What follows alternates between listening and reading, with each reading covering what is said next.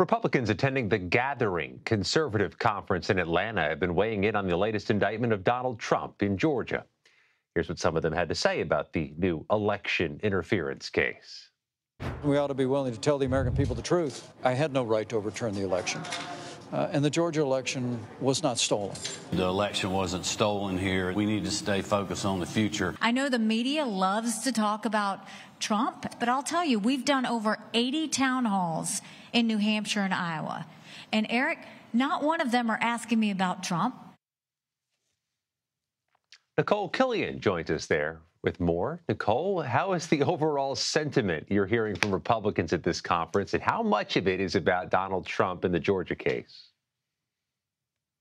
Well, you heard most of it there. Quite frankly, a lot of the candidates tried to steer clear of the former president and his latest illegal woes, although that really was by design. The host of this conference, Eric Erickson, a conservative talk show host, really said that this conference was about focusing on the issues. And, you know, the former president wasn't even invited to this event. So we heard a lot of the various candidates, from Governor Ron DeSantis to Senator Tim Scott, Nikki Haley, as you heard there, the former Vice President Mike Pence, all talk about issues ranging from the role of government to education to immigration, and also talking about, in their view, how they want to move the party forward. In part, that's kind of what Nikki Haley was saying there, that she believes that it is important for the party to move forward, to have a strong leader at the helm. Of course, she wants to be that person, as do all of the other candidates. But really, the focus, again, strictly on the issues and the candidates' visions.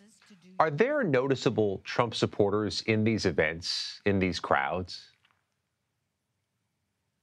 You know, we did talk to some of the attendees, and I would say, in terms of the small group that I talked to, one in particular said that she does not intend to support the former president, even though she voted for him last time. You know, other people I talked to said that they felt this was a good day and a good opportunity to hear from some of the other candidates in the field, that they feel that they are all strong. A number of people still say that they're making up their mind, and as one person told me earlier, he does not think that someone 80 should be running the country. So that kind of gives you a sense of the sentiment, but did not find anyone specifically still supporting the president. That doesn't mean to say that some of those folks aren't here. Next big venue for many of these candidates is the first Republican presidential primary debate, which is Wednesday in Milwaukee. It's coming up on us. What's the reaction to the likelihood Donald Trump skips the debate?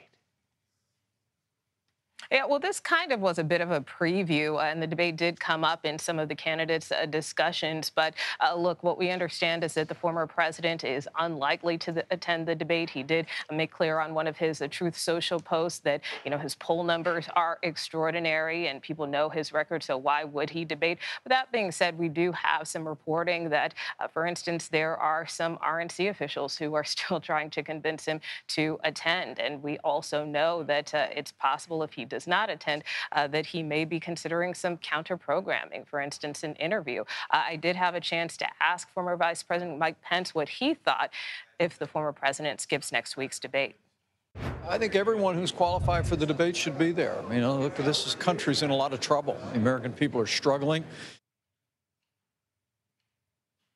So even if the former president is not there, I think it's worth keeping in mind that he has potentially a conflict here in Georgia, because we are still, Scott, waiting to find out exactly when the former president may turn himself in to authorities here in Georgia following the indictment earlier this week in reference to that election interference case. So even if the former president wanted to attend, he also has some obligations here. Of course, negotiations continue over the terms of his surrender. In Atlanta, Nikole Killion, thank you very much.